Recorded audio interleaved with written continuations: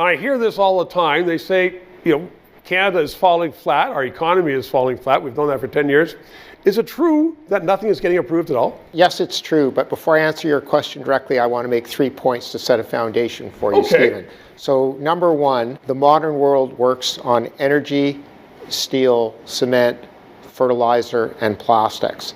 That's all those things our Prime Minister doesn't like. All those things he doesn't like, and that's a reality. So that's point one. Point number two, this discussion about net zero, transition of fossil fuels isn't happening, can't happen, won't happen, and I would suggest to you is immoral and sinister because there are 7 billion people on this planet that are hungering for more energy. That's point two. Point three is you've just alluded to, Canada has just suffered through a lost decade where rather than moving forward, we've been moving backwards. And you won't know the statistics better than I in terms of prosperity, wealth, security, safety, you name it. Even some of the poorest states in the United States, even some of the poorest countries in the world, had greater growth in their economies than Canada over the last 10 years. Alberta, as Canada's wealthiest province, is poorer than the poorest state in the United States now. That's how far we have slid. But Canadians know that, Brian. And say they know this. Now, in direct answer to your question, if I may, I would call on Mr. Carney to tear down his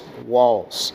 And there are 3 elements to that. One is the regulatory morass that his government has created. And it's not just the Impact Assessment Act. It's tanker bans, it's plastic bans, and on it goes. Now let me say, I know somebody out there saying, well, it's not his government. He's only been here for 2 or 3 weeks. But he has been advising Justin Trudeau for years, correct? And there's a guy by the name of Butts, who is Trudeau's best advisor for 10 years, who's advising him now. Correct. And if you want to know where he really stands, go read his book, Values, which I read on the airplane coming in here.